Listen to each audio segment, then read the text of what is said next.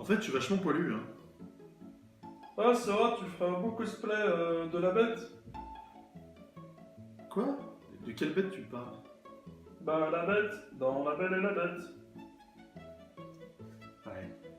Hey! Salut!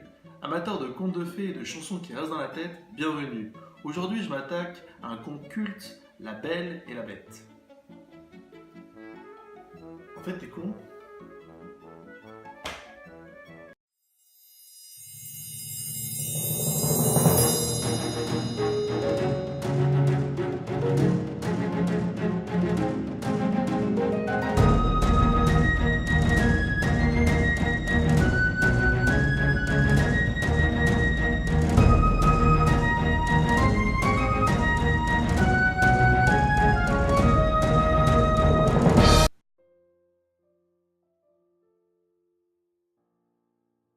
Ah, La Belle et la Bête. Conte maintes et maintes fois adapté, dont Disney en a d'ailleurs fait un film assez culte, rejoignant par ailleurs autres Cendrillon et Blanche-Neige. Pour vous dire, ce conte, écrit en partie par Gabrielle Suzanne de Villeneuve, a été adapté pas moins de 15 fois en film.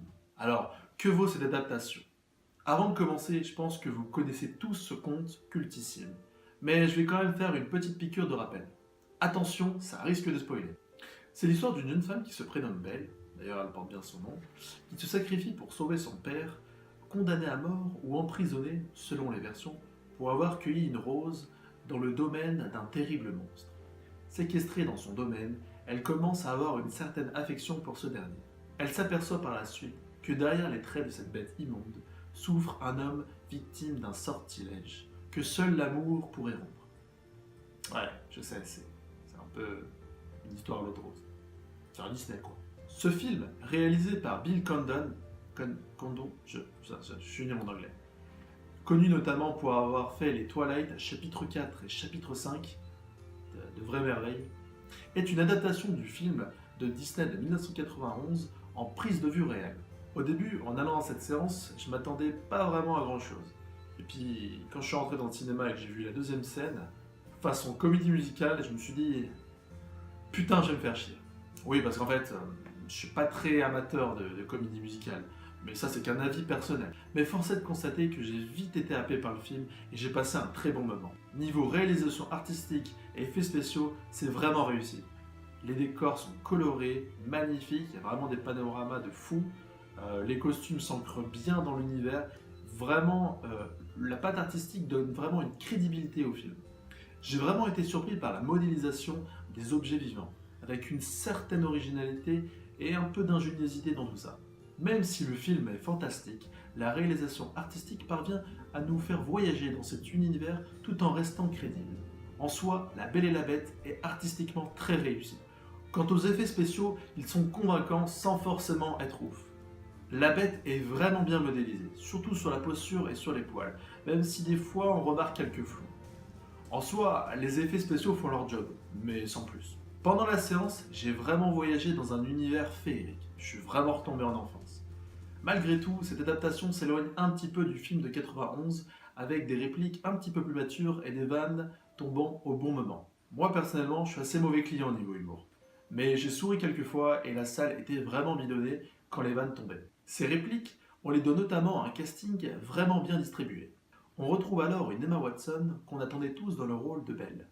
Elle a un jeu très juste et le rôle lui va vraiment à ravir. On l'a jamais vu aussi magnifique. On retrouve notamment Luke Evans, un acteur que j'aime tout particulièrement, notamment connu pour son rôle de Bard dans Le Hobbit. Jouant le rôle de Gaston, il parvient assez fidèlement à retranscrire le caractère du personnage, arrogant, bourrin et stupide. Quant à la bête, elle est jouée par Dan Stevens, un acteur qui a souvent eu des seconds rôles et que je ne connaissais pas. Joué en motion capture, je suis nul en anglais. Les traits de l'acteur sont vraiment bien captés et donnent une crédibilité à la bête. Au niveau casting, on retrouve des grands noms du cinéma, comme Ian McKellen, Emma Thompson, Stanley Tucci ou encore Ewan McGregor qui donnent tous leur voix aux objets vivants du château. Malgré tout, je n'ai pas pu en profiter car je l'ai vu en VF. Niveau bande-son, La Belle et la Bête étant un film musical, les chansons tiennent une part très importante. Et bien que je le répète, je ne suis pas vraiment fan des chansons dans les films, j'avoue avoir été pris par cette dernière. Les chansons sont vraiment entraînantes et nous rappellent le film de 91, animé de séquences artistiques époustouflantes. En soi, le film s'enchaîne bien et parvient à nous emmener dans un univers féerique. Je m'attendais pas à grand chose quand j'allais le voir et pourtant j'ai vraiment apprécié ce film. Il n'est pas spécialement original et se détache très peu du film de 91, mais je trouve que cette adaptation en prise de vue réelle est une franche réussite, tant par sa direction artistique que par ses acteurs convaincants. Le film nous sert alors un conte magnifique qui nous permet pendant le temps d'une séance d'oublier nos petits problèmes. Quand je suis sorti de la séance, j'avais vraiment la banane. Je vous le conseille vraiment, si vous aimez les belles histoires, les contes, les Disney, les comédies musicales, ce film est fait pour vous. Pour cette adaptation que je trouve franchement réussie et qui m'a vraiment surpris, je mettrai la note de 16 sur 20.